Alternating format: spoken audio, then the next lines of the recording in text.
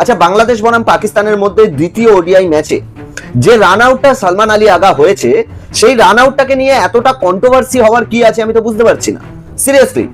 মানে বাংলাদেশের ক্রিকেট ফ্যানেরা পর্যন্ত মেহেদী হাসান মিরাজকে গালিগালোচ করছে। বাংলাদেশের ক্রিকেট ফ্যানেরা বলছে যে মেহেদী হাসান মিরাজ যেটা করেছে সেটা একেবারে জঘন্য কাজ করেছে। মেহেদী হাসান মিরাজের মধ্যে স্পোর্টসম্যান স্পিরিট নেই।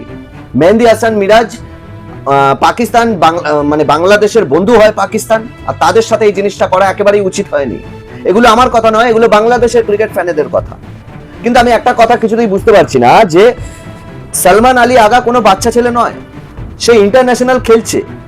মানে আমি একটা কথা বুঝতে পারছি না যে এটা কি কোনো গলি ক্রিকেট চলছে, মানে গলিতে পাড়ার ক্রিকেট, এরকম তো নয়, এটা ইন্টারন্যাশনাল গেম চলছে। আর তুমি ইন্টারন্যাশনাল খেলতে এসে যদি ভাইচারা দেখাতে যাও যে বাংলাদেশ আমাদের বন্ধু আর আমি বলটা কুড়িয়ে তার হাতে দেবো, তো অবভিয়াসলি মেহেদী হাসান মিরাজ যেটা করেছে সেটা একদম পারফেক্ট কাজ করেছে, একেবারে পারফেক্ট কাজ। দেখো, যে মুহূর্তে মেহেদী হাসান মিরাজ সালমান আলী আগাকে আউট করে, সেই মুহূর্তটাকে বুঝতে হবে, সেই পজিশনটাকে বুঝতে হবে যে সেই পজিশনে কি চলছিল। সেই পজিশনে মোহাম্মদ রিজওয়ান এবং সালমান আলী আগার মধ্যে একটা পার্টনারশিপ চলছিল। ইভেন সালমান আলী আগা 64 রানে ব্যাটিং করছিল, সে ওই পিচে একটা সেট ব্যাটসম্যান। তা সেট ব্যাটসম্যানকে যে কোনো প্লেয়ার চাইবে যে যে কোনো ভাবে তাকে আউট করি, আর মেহেদী হাসান মিরাজ সেটাই করেছে। আর ওপর থেকে মেহেদী হাসান মিরাজ টিমের ক্যাপ্টেন, সুতরাং তার মাথায় একটা আলাদা লেভেলের প্রেসার রয়েছে। আর মেহেদী হাসান মিরাজ বাংলাদেশকে রিপ্রেজেন্ট করছে। বাংলাদেশের প্রত্যেকটা প্লেয়ার যে বাংলাদেশের হয়ে খেলছে তারা দেশকে রিপ্রেজেন্ট করছে, আর পাকিস্তানেরও যে সমস্ত প্লেয়ারেরা খেলছে তারাও পাকিস্তানকে রিপ্রেজেন্ট করছে। সুতরাং এখানে ভাইচারা চলে না, এখানে দেশ আগে, যে আমার দেশ জিতবে, এটা হলো সবচেয়ে বড় কথা। তুমি যদি এখানে ভাইচারা দেখাতে যাও যে পাকিস্তান আমাদের বন্ধু, বাংলাদেশ আমাদের বন্ধু, তাহলে তোমরা বন্ধুত্বই করো ঘরে বসে, তাহলে ঝামেলাটা মিটে যায়। ইন্টারন্যাশনাল খেলতে আসার কোনো প্রয়োজন নেই, আইসিসি থেকে নাম তুলে নাও, এটাই বেটার হবে।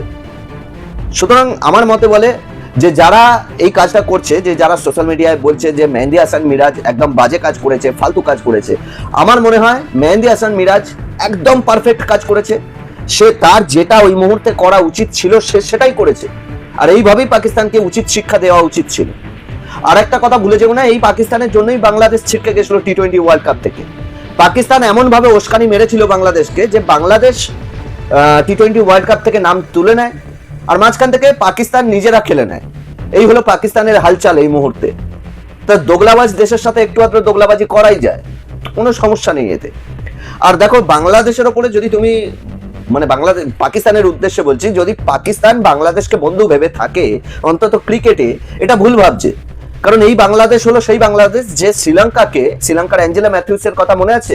হ্যাঁ, হেলমেটের বেল্ট ছিঁড়ে গেছিল, আর হেলমেটের বেল্টটা চেঞ্জ করবার জন্য একটু সময় নষ্ট হয়েছিল, এবং তার কারণে টাইম আউট দিয়ে অ্যাঞ্জেলা ম্যাথিউসকে আউট করিয়ে দেওয়া হয়েছিল, এবং ম্যাচ জেতার পরে নাগিন ড্যান্স করেছিল বাংলাদেশের ক্রিকেটাররা।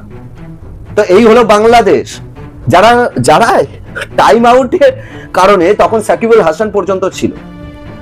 তো এই হলো বাংলাদেশ, যারা টাইম আউটের কারণেও প্লেয়ারকে আউট করিয়ে দেয়। আর তুমি তো সিম্পল লিগ্যাল ওয়েতে একদম রান আউট হয়েছো ভাই। আর ওপর থেকে মেহেদী হাসান মিরাজ দলের ক্যাপ্টেন, তার মাথায় প্রেসার আছে, তার মাথায় রেসপন্সিবিলিটি রয়েছে যে আমার দেশকে, আমার টিমকে জেতাতে হবে।